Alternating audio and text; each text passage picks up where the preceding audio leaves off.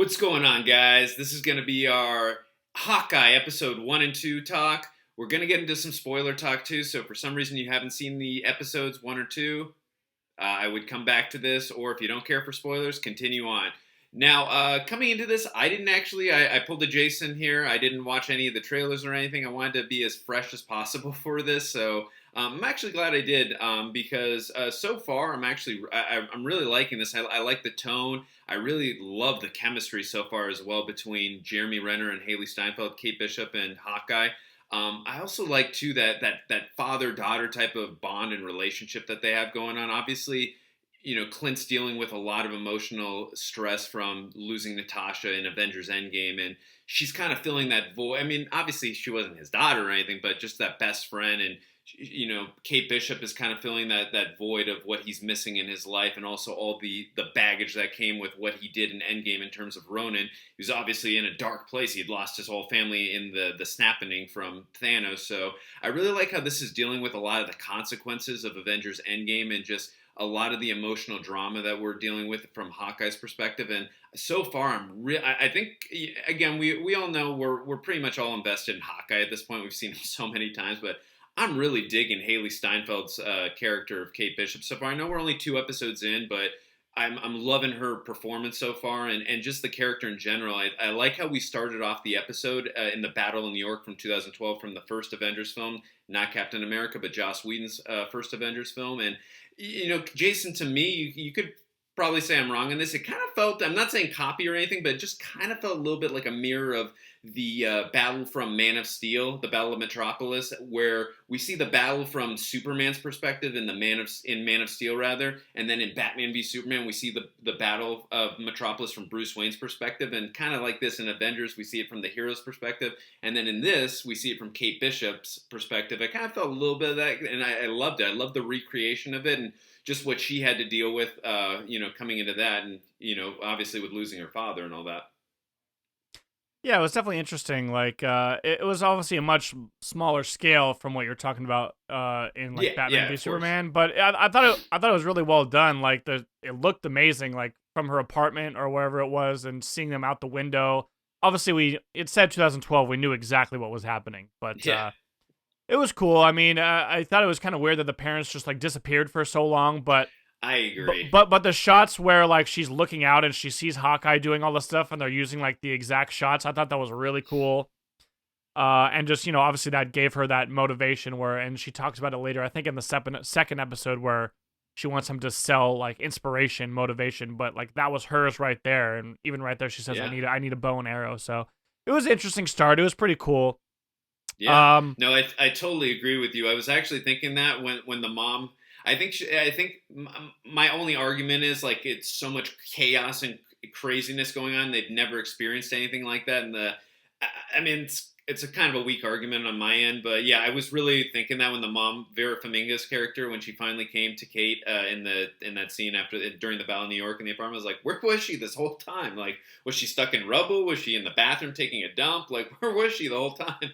But yeah, or she could have been dealing with the dad, because we didn't really see how he got. Am I right? We didn't really see how he got killed. Is that correct? We didn't see it at all. But what I was potentially thinking was like, obviously we don't know, but the mom could be a type of shady character, because obviously, jumping ahead a little bit more, like that one guy, the Armand the third or whatever, was like talking all bad about her because he obviously knows something about her. Yeah.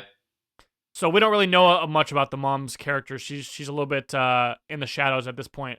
Like, yeah, they're definitely painting Jack, her fiance, to be a very shady character. So it wouldn't surprise me if they do a twist-a-roo there. Obviously, we saw him take Ronin's sword, or they could just both be shady. So yeah, no, well then they're perfect for each other, I guess. But I did find it very amusing when we saw the what was it called, Rogers the Musical, and we saw them. That was my favorite. That was my favorite part of pretty much all of this. That was hilarious. You know what it kind of felt? Yeah, it was. It kind of felt like a little bit of the recreate. Remember Thor Ragnarok, where it did a little bit like that. Loki had his recreation too. I mean, it did different style for sure, but yeah, no, of course. I just mean like a recreation of using these characters in a funny comedic way. I like that. I But I definitely can do like this that. all. I can do this all day. Line. Yeah. Also, Hilarious. too, I liked. I'm sure New Rockstars and many other Easter egg videos, if they haven't already, they're going to post this thing. I like how they had Hawkeye's character in the musical wearing purple, just like his costume in the Oh comics and yeah. many of the animated shows. So I noticed that immediately. I like that. There's so many Easter eggs that we Oh could yeah. talk about for hours. But But I actually, think, my truly favorite part about this whole show so far is just Hawkeye himself, like seeing him going through all this post traumatic stress, just oh yeah, him just being inside of his own head. And you mentioned him like kind of treating Kate as like a friend character, but I kind of think the opposite. Like he's trying to distance himself from everyone except for his family, pretty much. Like even in the whole the LARP scenes, like he's just not trying to have any fun. He's just trying to like get in, get out. He's just trying to kind of push everything aside. So my favorite part of this show so far is just seeing him kind of deal with all the stresses and the post-traumatic stress of like everything he's been through. And the hearing aid was an interesting thing too. Like that one little clip where they said, "Oh, how did you get this?" And then they show yeah. like 3 or 4 clips of him just getting messed up, like or bashing through windows or explosions. That he's like, "Oh, I don't know, too many things to figure it out." See, I thought Jason, I thought they were gonna blow our minds and say he was in Venom too, and when Shriek, did that in the thing, and that's what happened. He was next to the cop. Just kidding, but yeah, no, that was interesting because I was wondering that when he had the hearing, I was like, which accident did that happen? I was like, oh no, that was explained very well. All of them. Yeah, exactly. And also too, I really thought I'm glad they didn't do it, but I think when we were watching the Battle of New York recreation with Kate Bishop from Kate Bishop's perspective, I thought for a second that they were going to have Hawkeye when he jumps off the building and he does that sick bow move. Where he catches himself with yeah. I thought he was going to crash into Kate Bishop's place for a second, but I love the visual where she sees him from across the way. I'm glad they didn't do that. Same. I thought they were going that route when they did, and I was like, okay, I'm glad you didn't go that way. But yeah, no, I mean, you make a fair point that he definitely does want to distance himself. I'm just saying they're definitely going the way of she's going to. Of course, it's gonna develop. But so far, of course. Yeah. And I'm just saying I love that chemistry between them so far, and that's to me so far that's the biggest strength of what I'm invested in, and I just love their interactions and their chemistry so far. They've got such a nuance to them, these two characters, and I just think they really interact and work well together. And I love that dog too. It's a good team, the three of them. So yeah, I was gonna ask you, maybe you know something I don't, but like I feel like the dog is significant in some way, but possibly we haven't seen anything yet. I don't know much. Being totally honest, I haven't done much. I don't know too much about Kate Bishop from the comics. I'm sure many of you can probably do or let us know in the comments, but I'm sure that dog plays a significant role in the comics. My guess would be, if not, then. I'd be a little bit surprised because Marvel usually does their research, as we all know. But yeah, no, I would expect that that's the case. But yeah, it's going to be interesting. Yeah. I guess I should have thought about this, but I kind of wasn't expecting the whole Ronin thing to come back into play at all. Like I didn't even think about that, but I guess it should because that was what Hawkeye was doing for 5 years during. Oh yeah, dude, he made a lot of. So. Oh, I totally. I mean, I'm not going to speak for you, but for me, I didn't watch any trailers or anything, but I totally expected that. And I mean, and I'm glad we're exploring that in this show, the ramifications and the consequences of it's not all sunshines and rainbows after dealing with Thanos and taking and bringing half the population back and the blimp or whatever they called it in Spider-Man: Far From Home. I'm glad we're dealing with the consequences of Ronin's actions. And again, obviously, we all know why Ronin did what he did. Totally understandable.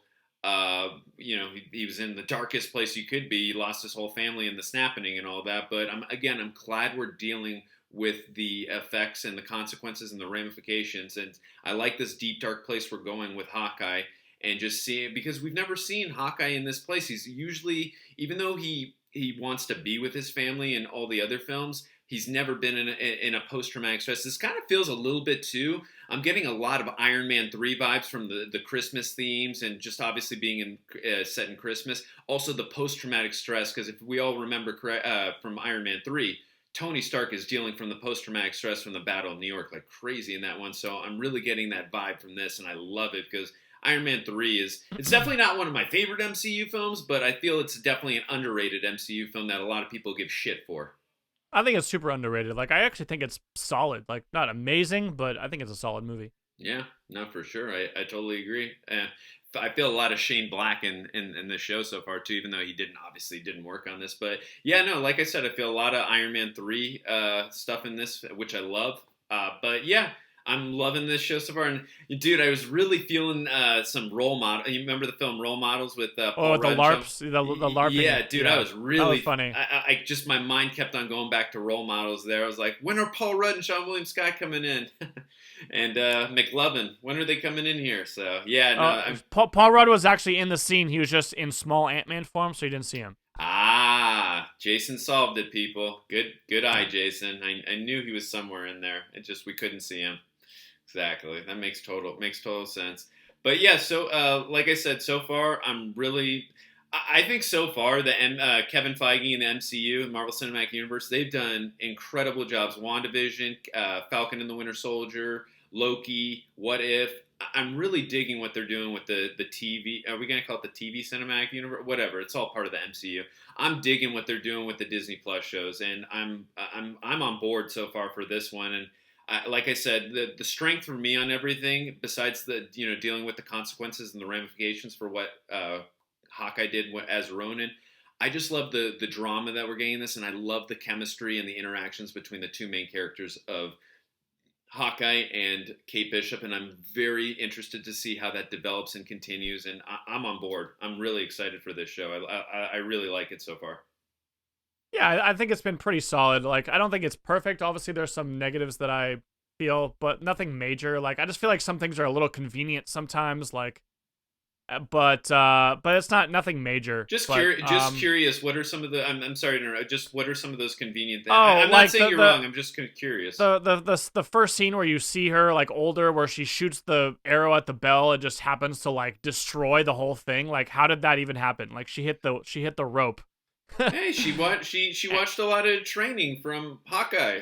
And the fact that like I know she's been like doing karate and stuff, but the fact that she's already like that badass, like scene 1 in that little winery underground black market thing, like I don't know, it just felt a little bit like, okay, she's already like a superhero. Like, I don't know. Anyway, it's nothing that crazy. Right. So. No. You make some fair, valid arguments. Totally understand. But the character moments are what I am enjoying, and especially Hawkeye himself. Like, I'm just interested in seeing what he's going through and how he's gonna solve this. And what I also like too is like, it kind of does feel more like a movie in the sense that like the end of the show is not really like ever a resolution. It's just like, okay, it's a stopping point until next time. Like, I feel like if you could binge this whole show, it would feel just like a movie instead of a show. Definitely. Having said what you just said about the fights, you make a very fair, valid argument. And I mostly agree with you. They did show her getting hit and punched a bunch of times too, so I actually did appreciate that they're showing like, hey, Hawkeye is clearly going to train her to be way more of a badass. So I did actually appreciate that they did go that route, because I really was noticing that when she was getting hit, I was like, okay, good. I'm glad we're not going Rey status here in Star Wars, where she just knows how to use the Force right away. If she could like get out of where those tracksuit guys came and she could beat them all up, like 5 of them at a time, like that would be ridiculous. But so yeah, that one for sure. But yeah. I'm just trying to add a little sense of realism to this whole thing. But again, I'm like I said, I'm looking forward to the development of the character and Hawkeye's training with her. So kind of like what he did with Natasha, which obviously we didn't get to see. But yeah, I'm looking forward to that. And obviously you didn't see Black Widow, so there might be some other characters that you don't know about possibly coming into the show based on the post-credit scene of that film. So I'm looking forward to that as well. So we shall see what happens. And I believe there's 4 more episodes left from what I saw on IMDb. So oh, wow. Okay. Yeah, I'm very curious to see those, and I'm looking forward to it. Really excited. Yeah, I'm excited too. Yeah.